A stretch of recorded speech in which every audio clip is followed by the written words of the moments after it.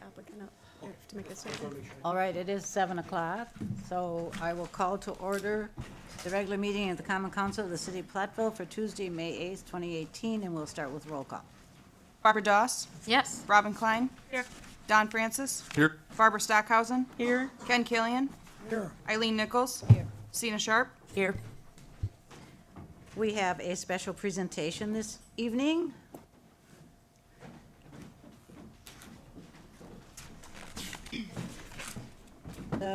Waiting for some family members here to be seated, so welcome. Nice to see you again. We have a ceremonial swearing in of a new police officer, Clayton Ottman. So, good evening. It's my extreme pleasure to introduce Clayton Ottman. Clayton easily takes the prize for having the biggest attendance here. Yes. And you'll notice there are a lot of our officers here tonight. Clayton is setting the bar really high because he said that there would be cupcakes afterwards, so that you mention food like that, you get the cops here. Doesn't have to be donuts. But Clayton comes to us from Sheboygan Falls. He's a proud UWP grad, like a lot of our folks. When he was at the UWP, he was an RA. Which hall? Rocker and McGregor. Oh, a couple of them. And then was a university resource officer. After graduation, he attended recruit school at the Fox Valley Tech. So we're very proud to have Clayton join our PD. So.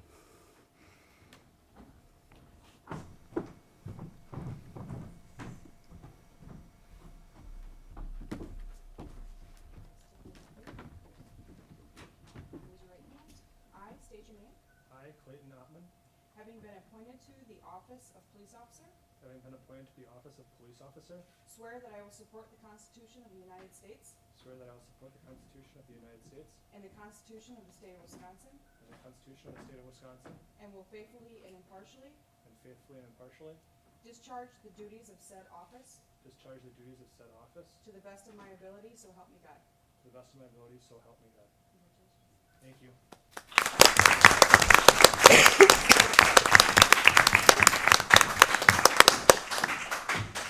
I just want to thank the community and my family. It's been a pleasure. My family has really supported me through this decision to become a police officer in today's climate.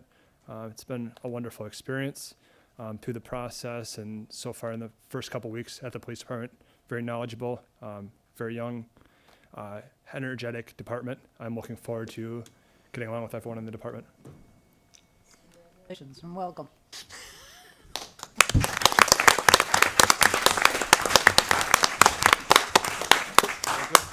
Thank you.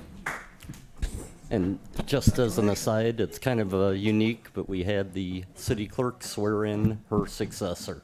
And, Oh, yeah. thank you. Congratulations.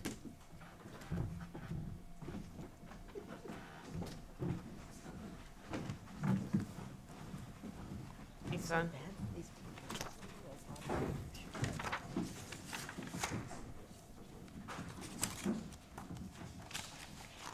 They are these days.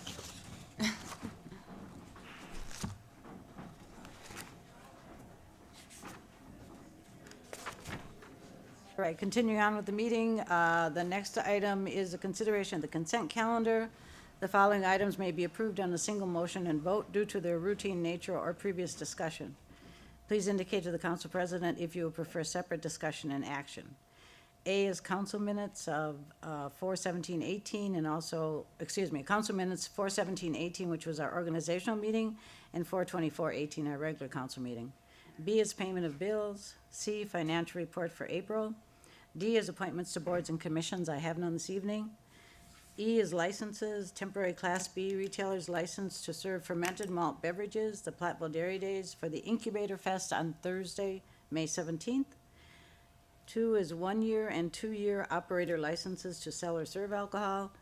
And F is renewal of memorandum of understanding between the City of Platteville and Southwest Health Center. Is there a motion to approve the consent calendar? I move to approve all items listed under the consent calendar with an exception. Organizational meeting. Organizational meeting, thank you, Ken.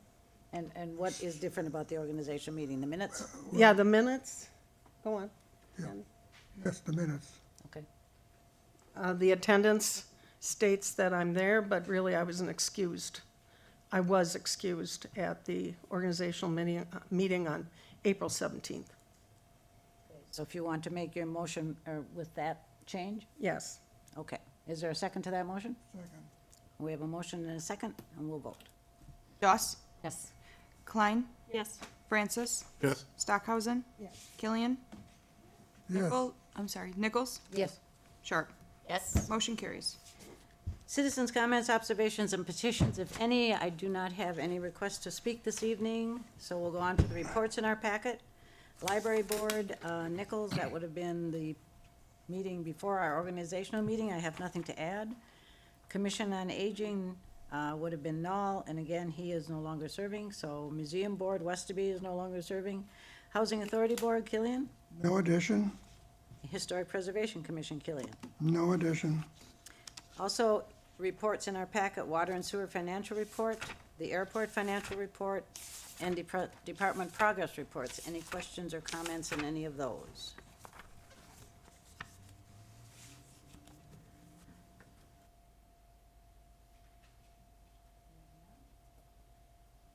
Action items, the first is ordinance 1805, repealing parking restrictions on North Chestnut Street. And I'll fill in for Howard, who is off this week. And this is simply an ordinance. There was previously an ordinance that had some parking restrictions because of a special use property. That property is no longer being used for that use, and as a consequence, this would just repeal the ordinance and the parking restrictions that were in place. Questions on that? Is that for where the nursing home thing was? Correct. Okay, got it. Thanks. Is there a motion to approve the request? I move adoption of ordinance 1805, repealing parking restrictions on North Chestnut Street. A second. All right, we have a motion and a second, and we'll vote. Doss, Yes. Klein, Yes. Francis, Yes. Stockhausen, Yes. Killian, Yes. Nichols, Yes. Sharp. Yes. Motion carries. Next is award contract 518, weed and grass mowing.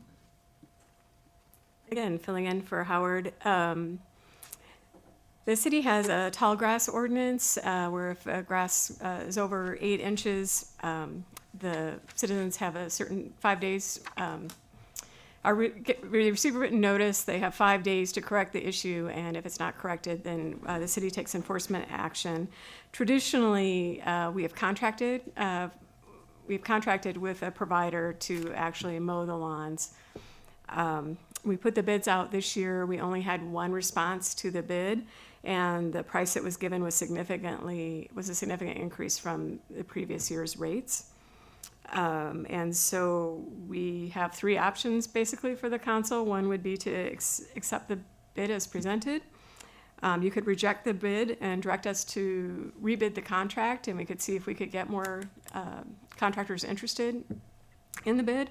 In the interim, city staff would be the ones that would take care of the enforcement, and we would bill for that time.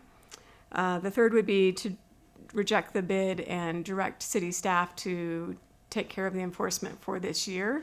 Our staff believes that we can do that, and this actually, being able to collect some of the monies from the enforcement action would help be a revenue source for additional seasonal labor for our Parks Department. And that could be something we could try for a year and see how it goes. If you do select either option 2 or 3, we are actually recommending, it says $80 here, but we were recommending a $90 charge for this lawns, minimum charge for enforcement action, Plus the administrative fee? plus the $50 administrative fee. Okay. All right, questions or comments? on City this? absolutely has the capacity to handle it, right? That's what you said, that it was all okay and it's all good? Or is it just a lot of extra work for the city people that they can't finish everything? We are hiring some additional seasonal staff this year, and we may hire even more additional seasonal staff if this is the council's direction. Okay, And yes, we believe that we can handle it, but I think this would be a year trial And if it didn't work well, then I think we have the option of going back to bidding it out. I can support this, but only if the charges are what they were last year.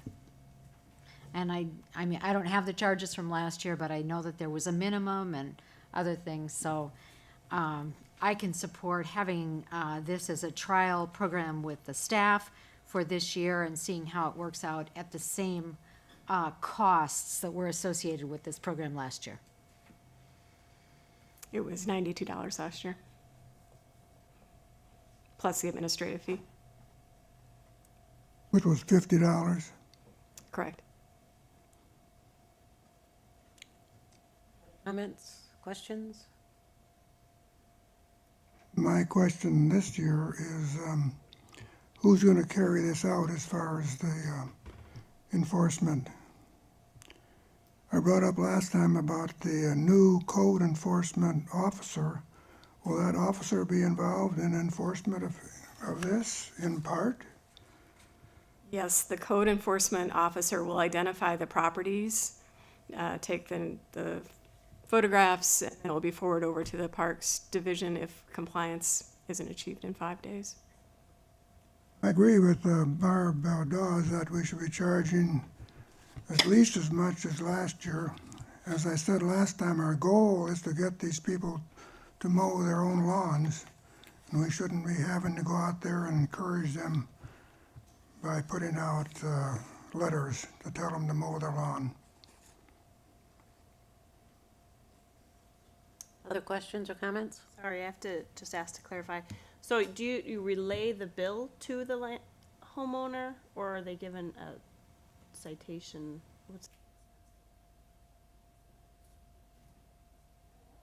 I'm sorry, How does the homeowner get billed back? They just get billed our service hours plus the administrative fee? correct. It's a minimum, it'd be a minimum charge if it were last year's rate of $92. If it takes more than an hour, it's an hourly rate. And then there's an additional $50 administrative fee.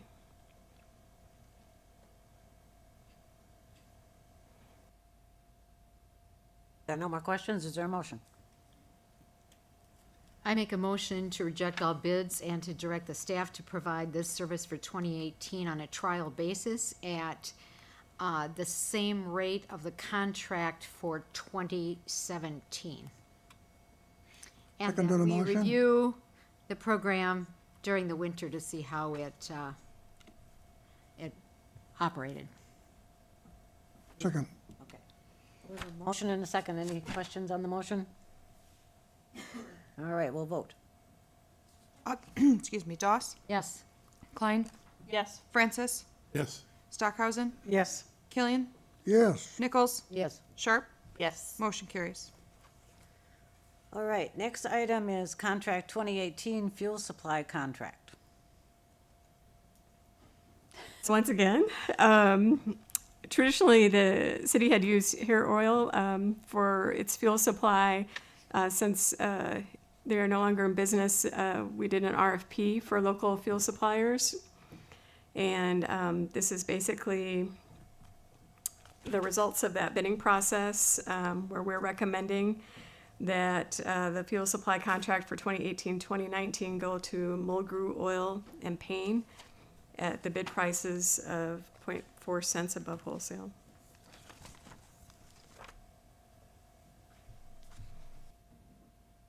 Questions on this one? Is there a motion? I move to award contract 2018, fuel supply contract 2018, 2019 to Mulgrew Oil and Propane at the bid prices listed. Second that motion? All right, we have a motion and a second. We'll vote. Doss, Yes. Klein, Yes. Francis, Yes. Stockhausen, Yes. Killian, Yes. Nichols, Yes. Sharp, Yes. motion carries. The other action item is removal of the fund balance policy for the general fund from city administrative policies and procedures. This is a housekeeping item. I was doing some work on the financial management policy, which we'll get to under information and discussion. And in the course of doing that work, I became aware that there was a policy that was still in place, but that had been updated and modified and incorporated into the financial management policy.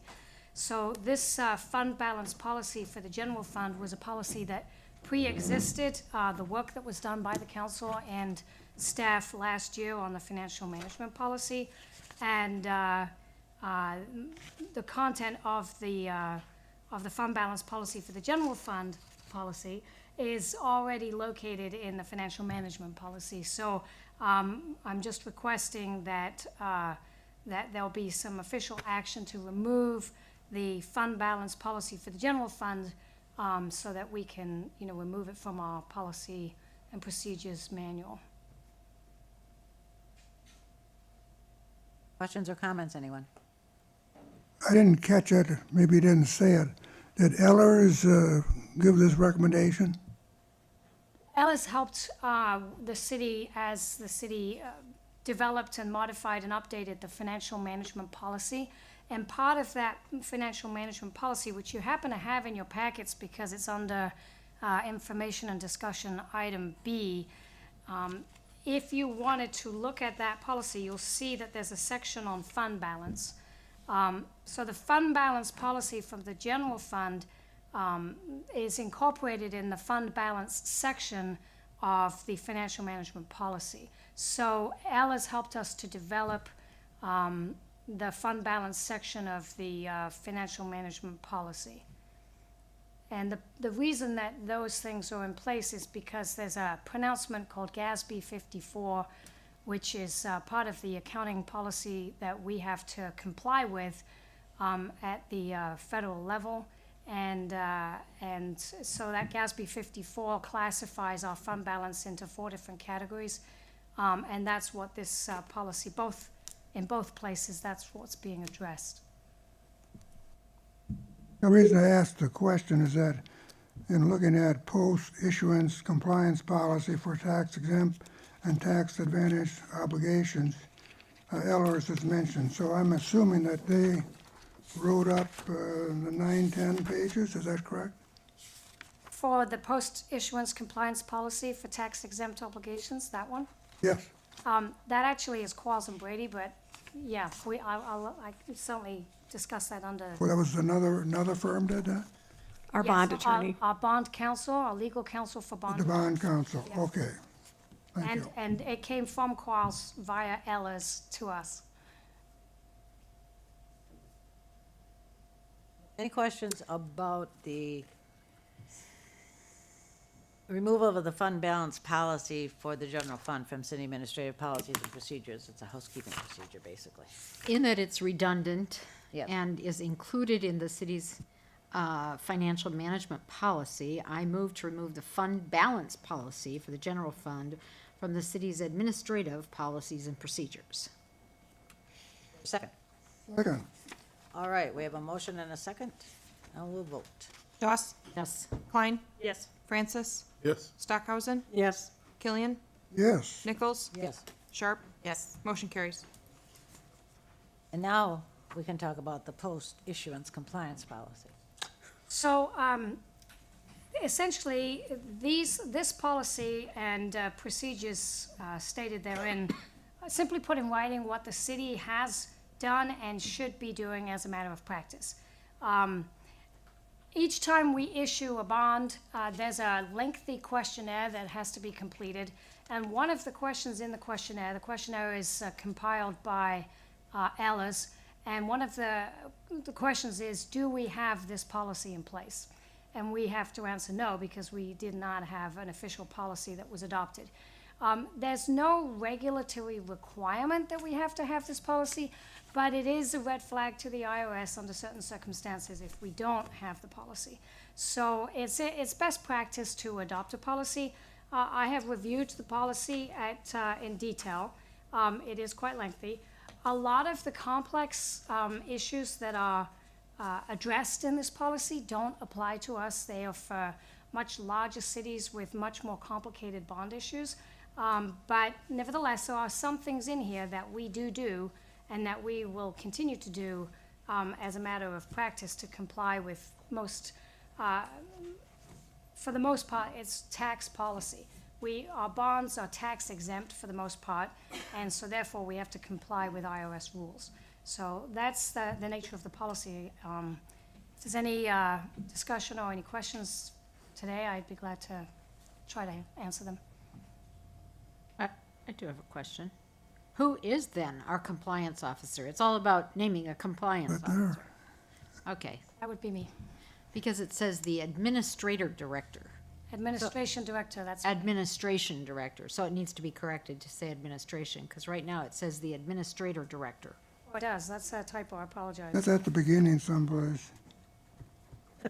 Under, yeah, I'm like, I don't know who our administrator director is. I'm sorry, yeah. Yeah. Oh, you're right, I see that. Thanks for catching that. Okay. All right. Any other questions? This is under information and discussion, so we won't actually be taking action on this evening. I have a couple minor ones. Okay? If you have a page number, that might be helpful. Page 7, Page 7. I think it's just, to me, it's a typo. Page 7, under A, compilation of currently effective continuing disclosure agreements, 6th line, and it reads, as bonds or notes are completely repaid or redeemed. Is that R supposed to be and? 6th line? I'm sorry, you were under section A below. Section A, Page Continuing 7, disclosure. page 7, 6th line, third from the bottom. As, yes, that does appear to be a typo. As bond notes are completely repaid or redeemed, I can correct that. what's that, as bonds and notes? Yes. Okay, I thought it was, but. And the other one is on the next page, 9, F, review of official statements. And it's the first line, first sentence, and it reads, in part, review drafts of any official statement for a new offering or bonds or notes. Should that read for a new offering of bonds or notes? It could, but, What's the new offering? Is the new offering bonds and notes? Or is the new offering a new offering plus bonds and notes? if you don't mind, I'll go back to the source and ask them if it should be of, rather than just, but I'll definitely research it and make it, correct to what the meaning is Okay. intended to be. I was wondering if it were 2 things or 3 things. Okay, that's it. All right. Have any more questions before the next meeting? Certainly get a hold of Nicola, and I'm sure she can help answer them. Next item is budget administration update to the financial management policy. So we referenced the financial management policy previously, so the policy is attached in your packet. If you would like to turn to page 4 of the financial management policy, just as a reference, here you can see the fund balance policy, which we talked about earlier in the agenda. And so that's where that other policy was incorporated into this overall financial management policy, just for your reference. But this particular agenda item relates to adding to the financial management policy some language that helps to clarify how a budget is applied, budget process in the city, and particularly how changes should be made, if they are to be made, to the budget. I know that the city worked very hard, staff and council, with Ellis to develop the financial management policy and update it.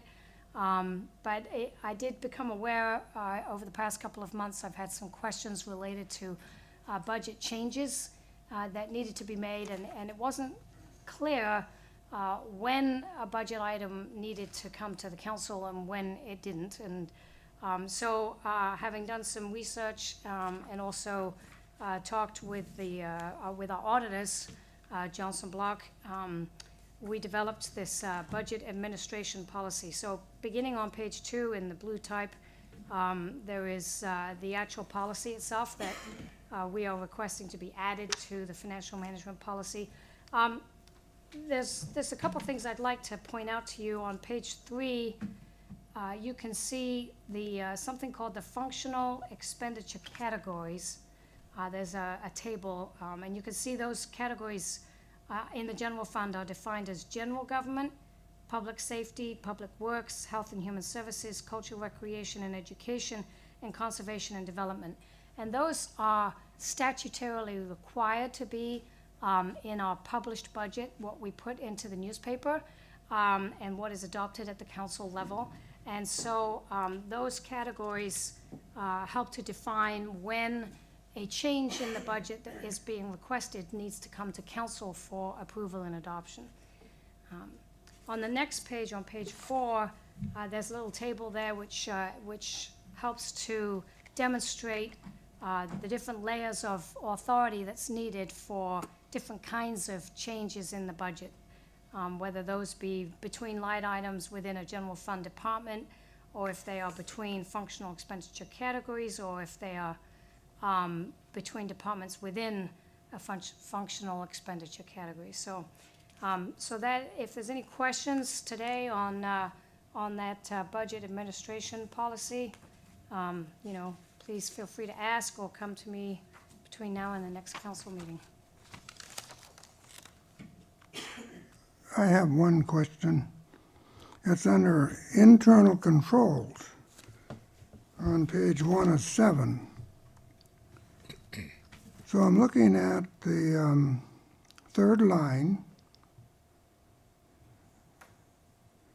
and it says each year as part of the city's annual audit by an external auditing firm, comma, there will be an independent review. Now, as I read this, I wondered if there is going to be the audit, there'll be the audit, and then another independent review. As part of the audit procedures, the auditors perform a review of our internal controls and our internal control structures within the city. So it's part of their audit work that they do each year. It's not a separate piece. That's separate. Yeah. Okay, thank you. Anyone else have any questions or comments? All right. Hearing none, we'll go on to the next one, which is Plan Unit Development, 555 North Chestnut Street and 540 North Court. Joe? Yes, earlier on the agenda, you had a change on parking restriction on North Chestnut Street. That is because the former Gray's Nursing Home is now closed. That building is vacant and is for sale. And actually, the nursing home, in addition to that building at 555 North Chestnut Street, they also owned 2 other properties on Court Street. The building just immediately to the east of the nursing home property, it's a 3-unit apartment building, old house that was converted many years ago to apartments. And then the property to the south of that building at 530 North Court, they're all being sold as a package. To my knowledge, there has been no interest shown from anybody that would like to continue the use of that property as a nursing home. The only calls that I got regarding that property were for multifamily or rooming houses. So I think we have to look at it as in the direction of what's the other uses that would be appropriate for that particular location. The applicant is interested in purchasing that property, all 3 properties, and converting the former nursing home building into an apartment building. As they started looking at the procedures that they would need to follow to get that approved, and staff started looking into it, we realized that there were numerous characteristics with those properties where it's legal non-conforming, it doesn't meet the requirements of the zoning ordinance. So we started to figure out how best to approach this conversion. And it appeared that the cleanest approach would be to do the approval as a plan unit development. And there was also a separate approval that they actually went to the planning commission last night and got approved. The lot line between the nursing home property and the property at 540 North Court Street actually goes right through the building, the nursing home building. So how that came to be, I have no idea. Predates me by quite a few years. So that obviously creates many issues going forward from a building code standpoint. So the plan commission did approve removing that lot line.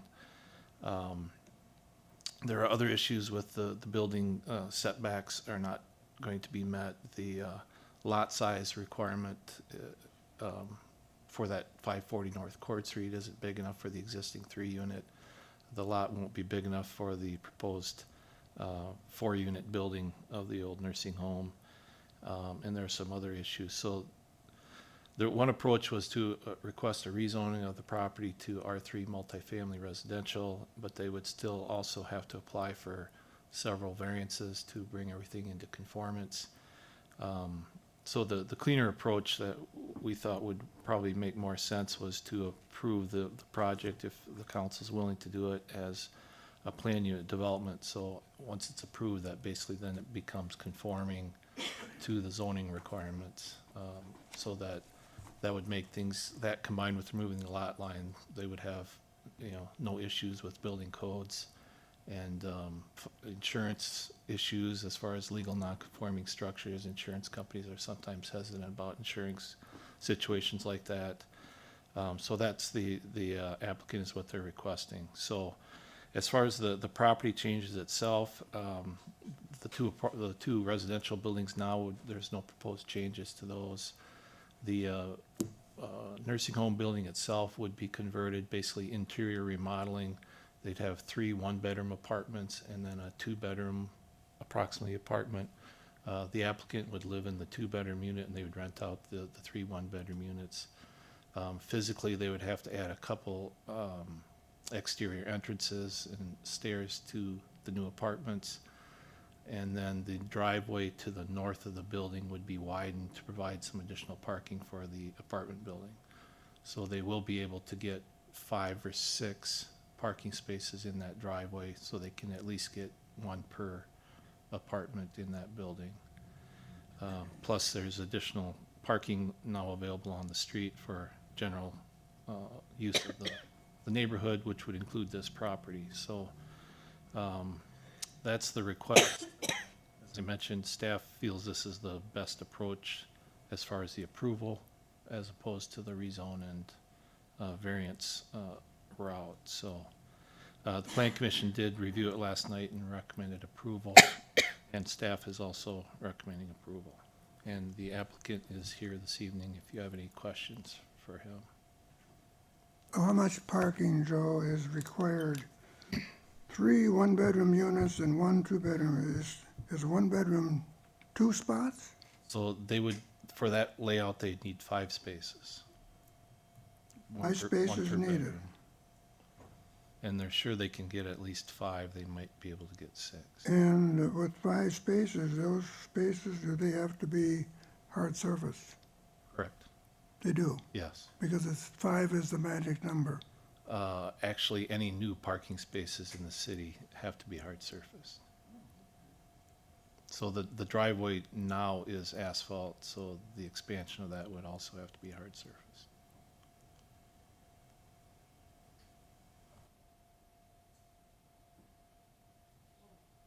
Were neighbors notified that this request was coming forward? Yes. Okay. Yes. Since it's a plan unit development, we actually notify 500 feet from the property. And the notice included the Plan Commission meeting last night, as well as the public hearing at the next council meeting. So the planned unit development includes just 2 of the 3 properties, not all Correct. 3 properties? Correct.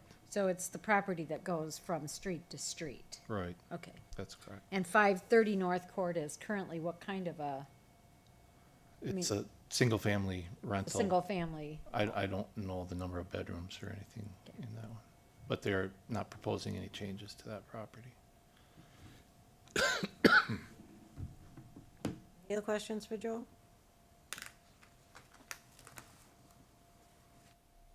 Right, then we'll go on to Armory Land Division.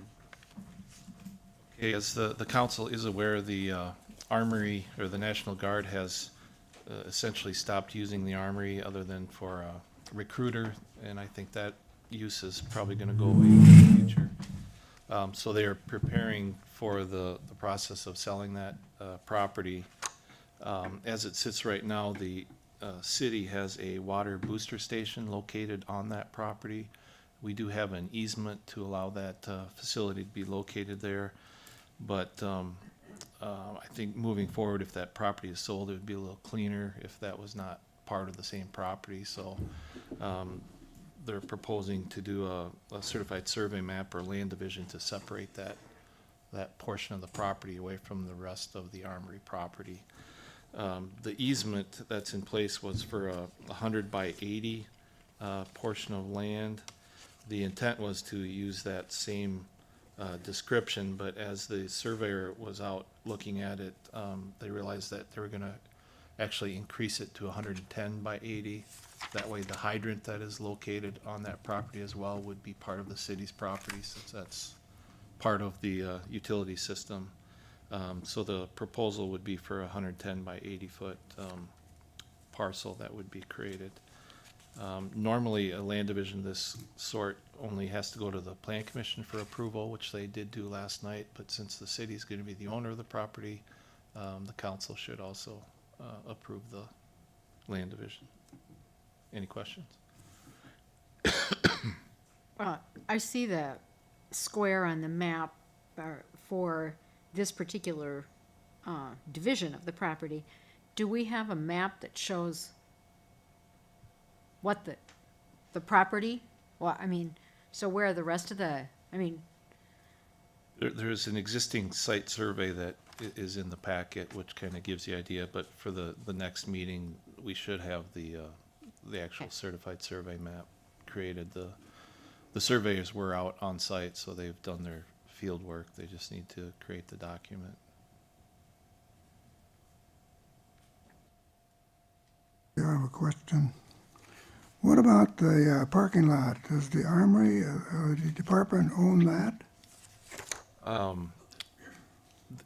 Again, in the packet, there's the document, that's the site survey. If you look at that, basically the driveway coming off of Water Street, basically the center line of that driveway is the property line. So the parking lot that's north of that is owned by the city, and the portion that's south of that line would be owned by the National Guard. and that was a street, right? Yes, it was a street that was vacated, it doesn't have a date on here. So that property goes all the way up to, what is that street? Lutheran Street. Yeah, there's a section, there's a panhandle there that is, what's that, grass? Yes. Okay, so the city owns all that, Well, the except for the, National Guard would own part of that, and the city would own part of that. If from the center of the driveway, South, so if you drew a line yes. of where that street So would that street be. originally went from Water Street to Lutheran Street, and then it was discontinued. Half went to the north and half went to the south.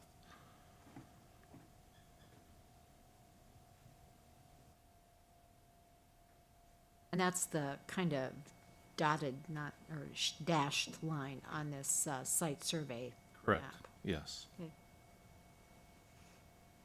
it's not an alley. There's never was an alley here? Been a street at one point.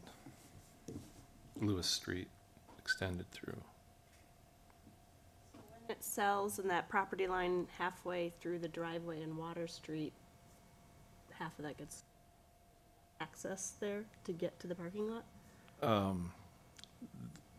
I believe there's an additional document that has a access easement through that property. If not, we'll see what shows up on the certified survey map document that comes in, but that may be something we would like to have in place if it doesn't show up. So if the Armory sells this, they're not selling the city lot. They just get their little part. Correct. So if a purchaser desires to have that, they would need to talk to the city about acquiring the rest of that parking.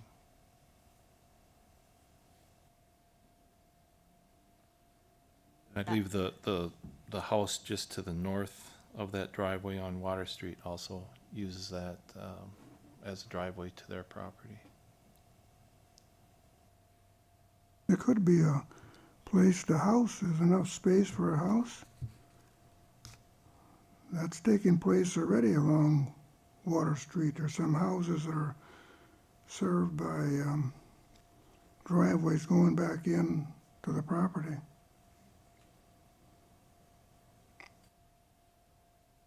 That's all I have for questions. I'm curious if the Lutheran Street portion becomes a entrance to that property? What would be all of that space behind the homes, that chunk of grass there? Is that intended to be like for that property, or would you assume they would also use an easement from our north? Well, I mean, at this point, the National Guard is just looking to get rid of the property. They're not going to do any additional driveways or access points, so I think that would be something a future purchaser, if they desired to do that, they would have to make that proposal. The city would have to approve a driveway permit, to approve that location. From a visibility standpoint, it wouldn't be an issue. So I think it would depend on what the purchaser would like to do with that property, if they felt there was a need for additional access or not. Practically, would it just be that you would most likely see an easement go both ways? That I'm assuming Water the Street driveway would basically stay where it is, and there'd be an easement in place to allow the current access to continue. Any other questions? If I could just clarify, the Armory has not listed that property for sale. That is one of the options that they're exploring, and I just want to make that clear mainly for the public, just so it doesn't get out there that it's actively listed for sale.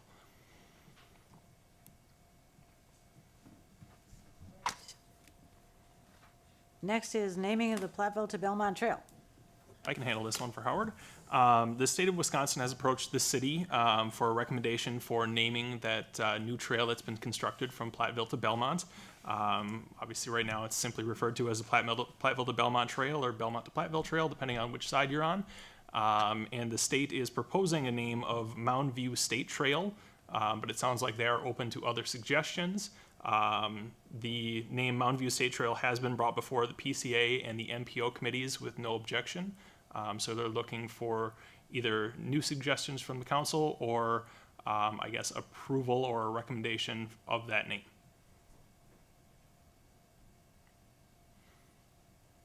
What qualifies putting the word state in? The contribution of money? The location of the trail? Location of the trail being their land. They own all that land. Right. State owns the land. Maintains it. Who will maintain it? I would assume the state, but I'm not sure if they've contracted out with the county or someone else. And obviously, I should clarify, a portion of this would be trail that the city, so this is a section basically after the first railroad bridge after Jane and Stone. I would assume the city would continue to maintain that section out to Menards, along with our partner PCA. Beyond that is where I would assume the state would or county would kick in. Now, is this trail covering part of the old railroad track Yes. bed? Yes. And then they bought it from the railroad?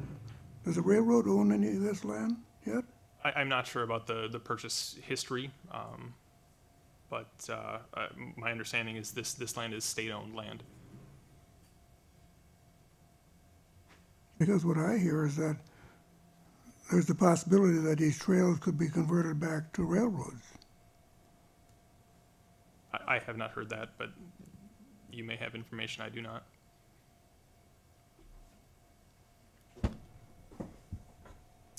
And I believe in this particular length of trail, the railroad owned some of the right-of-way, and that right-of-way was given to the state. And then there were sections where the landowner had control. But the trail as it is now follows the railroad bed in some places, but in many places, the railroad bed has been entirely removed. And if you went and looked, you would see that people are farming through what probably was the railroad area, bed, whatever.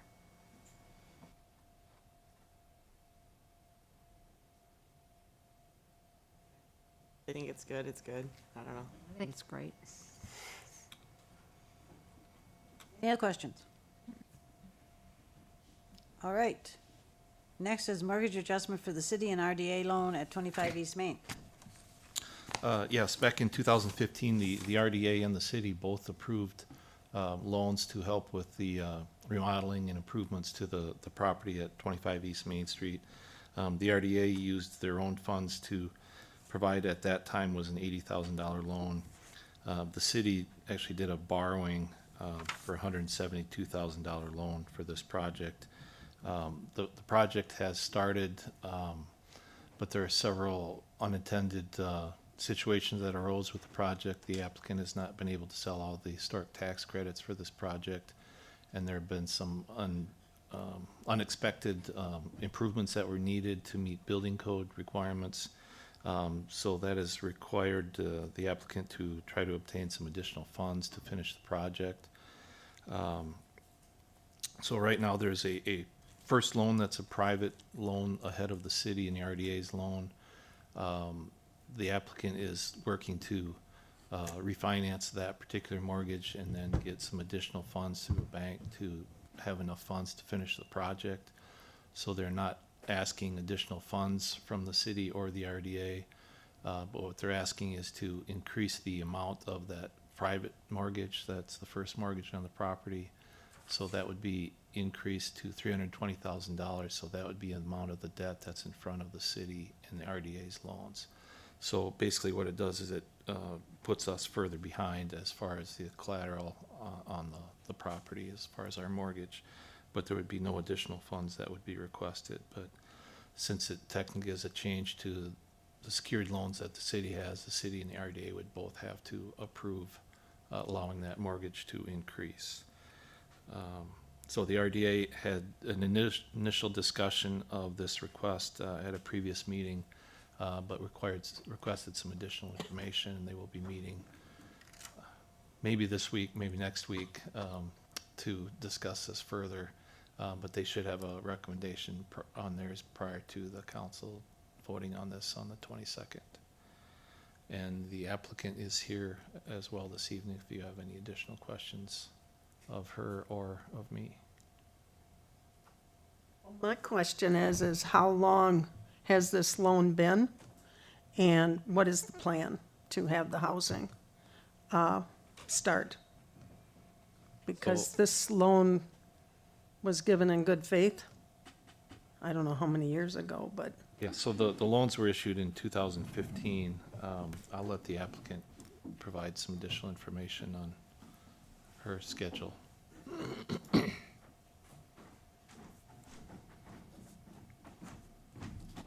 Give your name and address, please. Judy Wall. My address is 109 East Blackhawk Avenue, Prairie du Chien, Wisconsin. So the project is about 50% complete, and we have renters that are interested in getting in there for this school year.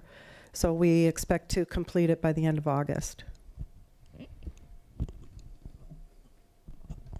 So what will that do for the city's loan? The city's loan will remain, but I just have a concern that we keep going and that the first mortgage, the city is not dependent on a first mortgage. I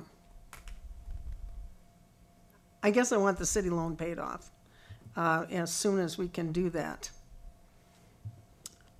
The city loan is a 7-year loan. Where are we in our 7 years? We're at about 2.5 years. Okay. And the principal has been reduced, I believe, from 170 to, I think, 154 at this point. And then the RDA loan has also been reduced from 80 to 70.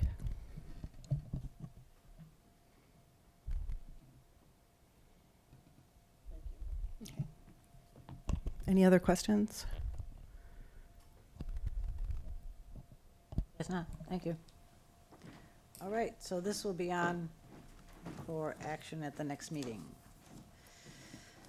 So that completes the televised portion of our meeting. We will be going to a work session to discuss the pecan update and also citywide wireless.